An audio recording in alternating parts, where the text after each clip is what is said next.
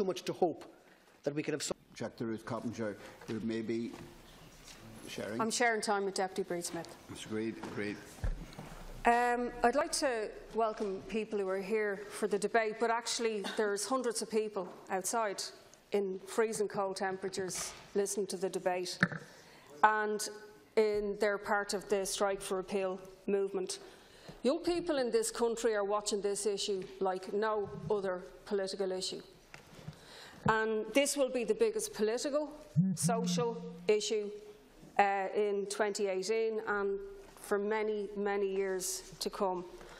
And what the people outside are waiting to hear is the response of the Dail to the All-Party Committee report, to the Citizens' Assembly recommendations as well, and an action plan from the government outlining exactly what will happen now and when this will be implemented.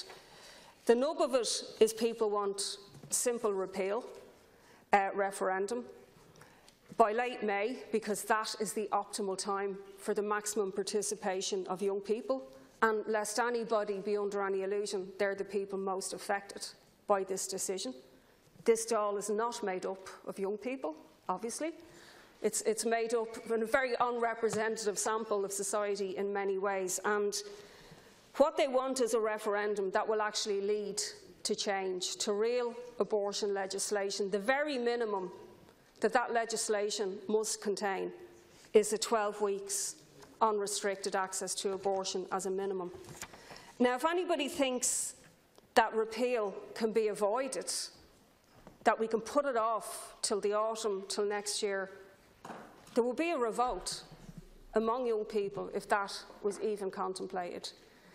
But moreover, if anyone thinks that we can have a repeal referendum with very little change actually following it, that also would lead to a huge reaction. The tide can't be held back on this issue any longer. Now, I've spoken on the issue of abortion a lot. I'm tired of listening to myself, never mind what other people are tired of listening to, but this is for a reason. It's because the idea of bodily autonomy for young people is an absolute. Abortion rights are what people want, not on this ground, a deserving abortion, this or that. The concept of abortion rights is now what most young people and a growing section of the population believe in. And can I say as well that people can't just, or political parties, can't just hide behind repeal and think they can sail through the referendum, not saying what will follow it, or trying to pretend that they stand for things that they maybe don't. You can cut that out as well, because in effect, and I'm talking to the whole Dáil, in effect, this will be a referendum on abortion rights, and in a sense that's only natural, because I don't think that this Dáil has the guts, has the the composition to bring in abortion legislation without a massive public endorsement and push on it to do so. And so the concept of 12 weeks will be a key concept in the referendum. Now, Solidarity is obviously pro-choice. Solidarity People for Profit is the only fully pro-choice formation in the Dáil up until recent times. Maybe, hopefully, that will change. And we've played a lead role in obviously arguing this case and in the active movement for repeal. Solidarity recognises these are historic recommendations, and particularly when you think it's only 4 short years since the very same parties arguing for change voted in a 14-year jail sentence for women. That is an actual fact. So what has brought this change about? Now, we've heard a lot of people on the committee and others saying they were on a journey. But I think that the phrase has become very well worn. I think we need to, they've decontextualised it from the actual reality, because people may have been on a journey, but they were pushed on that journey as well, in many cases kicking and screaming, because change has been forced from outside. Obviously, the evidence that was heard at the committee was very, very important, and I played a role in arguing and advancing some of that evidence, and very importantly in the case of the abortion pills, which I think is a crucial factor in the decision being reached and has been cited by many people. In terms of civil disobedience that was taken with regard to the abortion pills, I think was also hugely important. The use of the abortion pill tripled in about 3 years since particular actions were taken by organisations like Rosa and others. So I think we need to be, honest where the changes come from. And I think we also need to be honest that this Dáil set up the Citizens' Assembly in an outsourcing fashion, and they assumed it would come back with a much more minimal recommendation. But there's always a danger when you entrust ordinary people with important decisions. They might actually listen, engage, and fact-check as well the evidence that they hear, and they might come up with essentially, compassionate and pro-choice, essentially, recommendations. The 12 weeks on request obviously came from the Citizens' Assembly, but also socio-economic reasons up to 22 weeks I want to put in the record. It wasn't unfortunately agreed by a majority of parties and groups, but it was advanced by a strong minority. And it was a bit of a cop-out, to be honest with you, because many women won't be able to fall into a 12-week time frame for lots and lots of reasons, usually the most vulnerable, the poorest and the youngest. And all we're doing is continuing on travel outside. I think the other question I want to refer to is disability and severe abnormality.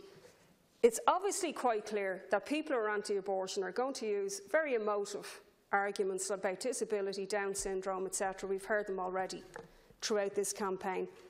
And it is the case that the committee didn't take a position of supporting a majority for severe abnormality. But I just want to say, we take no moral lectures from anybody about a woman who would make a decision on those grounds. People, it's not a cakewalk bringing up a child with a severe disability, and particularly parties and individuals who've done nothing to make their lives better and have voted for cuts in disability, etc. But I have to say as well, the response of a huge number of TDs has been so far to run for cover. Still, a huge number haven't declared where they stand on this. If examining their conscience was an Olympic sport, well then numbers of Irish TDs will be winning Olympic gold medals, because there was great play made around the time of the marriage equality referendum that everyone held hands in the Dáil and walked out and won the referendum, and that is not the case. And it's not going to be the case here because parties won't be united. There isn't a party whip. And the winning of the referendum will be down to huge numbers of active people, young people, women, and communities as well. And I think for politicians who are feeling troubled, it's very simple. The two questions that you need to ask and answer are this. Number one, do you support abortion being legal or illegal? Because it will continue regardless. And number two, do you actually support forcing people to remain pregnant who don't want to be pregnant? Because that's the logic of supporting a ban on abortion. And people say, there's extreme views on both sides. I don't think I have an extreme view. My view is the person involved ultimately should make that decision. And I think that's a humane view. I just wanted to finish up by saying also that we need to give huge credit to the active campaigns like the people who are outside, because the protests have mushroomed in the last number of years.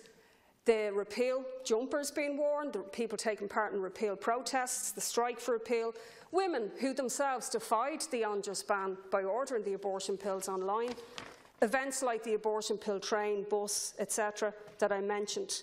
And the recommendations of the committee arise from those social movements that have taken place on the ground. A lot of people have invoked 1983-84 and the year that followed the 8th Amendment, the crass hypocrisy of Anne Lovett, of the Kerry babies, etc. There's now a growing movement for gender equality. We've seen it with Trump, we've seen it with the Me Too movement. The movement taking place outside on repeal is the exact same. It's a movement for bodily autonomy and for abortion rights, and the time is up now for politicians to be hiding on this issue. There isn't any hiding place left. because young people won't accept any further procrastination or restrictions. And if, Minister, I would ask you, it hasn't been said, what is the date of the referendum? That is a key demand and question in the minds of people outside. I also think the earlier information we got from the Taoiseach that you're not going to move a repeal bill until early March is leaving it extremely tight, because you need at least 6 weeks plus the 30 days grace before the referendum can be called. Maybe you would clarify that. And just to be clear, it has to be repealed simpliciter. This was debated on the 8th Amendment Committee. I don't have time to go into it. And we need a complete scrapping that then of the Protection of Life During Pregnancy Act.